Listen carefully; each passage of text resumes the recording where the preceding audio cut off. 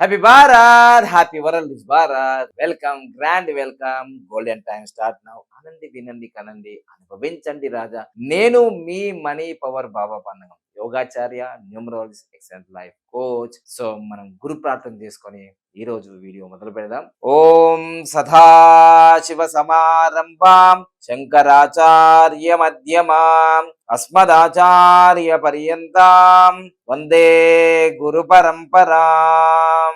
Welcome back. ధనస్సు రాశి వాళ్ళు జాగ్రత్తగా ఉండండి. ధనస్సు రాశి వాళ్ళకు జాగ్రత్తగా గురువు పరిపాలిస్తాడు కదా, గురువు పరిపాలిస్తాడు కాబట్టి ఇక్కడనేమో వృశ్చిక రాశి అంటే 9 నంబర్, అంటే కోపాలు తగ్గించుకోవాలి.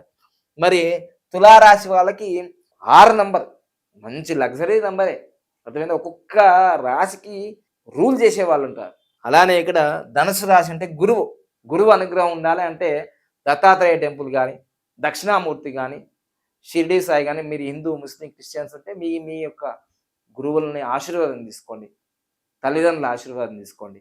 ధనుసు రాశి వాళ్ళకి ముఖ్యంగా చెప్తున్నాను. అదేవిధంగా ధనుసు రాశి వాళ్ళకి ఆదాయము మరి వ్యయము సమానంగా ఉంది. మరి అవమానం కూడా సమానం అయిపోతుంది. అవమానం ఎక్కువనే ఉంది. రాజ్యపురం ఒక్కడే పోగొడుతున్నారు. అది మీ భార్య అయి ఉంటారు నాకు తెలిసి, మీ క్లోజ్ ఫ్రెండ్. మిగతా అందరూ తిడుతుంటారు, మీ ఇంట్లో అందరూ, మీ ఫ్రెండ్స్, మీ ఆఫీస్లో అందరూ తిట్టుడే నాకు తెలిసి, అవమానిస్తుంటారు. ఇక ప్రతి అవమానం ఒక బహుమానం అనుకోవాలి. ప్రతి కష్టం, ప్రతి తిరస్కారం ఒక పురస్కారం, ప్రతి నష్టం ఒక లాభం, ప్రతి తిరస్కారం ఒక పురస్కారం అనుకోవాలి తప్ప ఇంకేం లేదు సంవత్సరం దాకా. Happy Bharat, happy world Bharat. Thank you.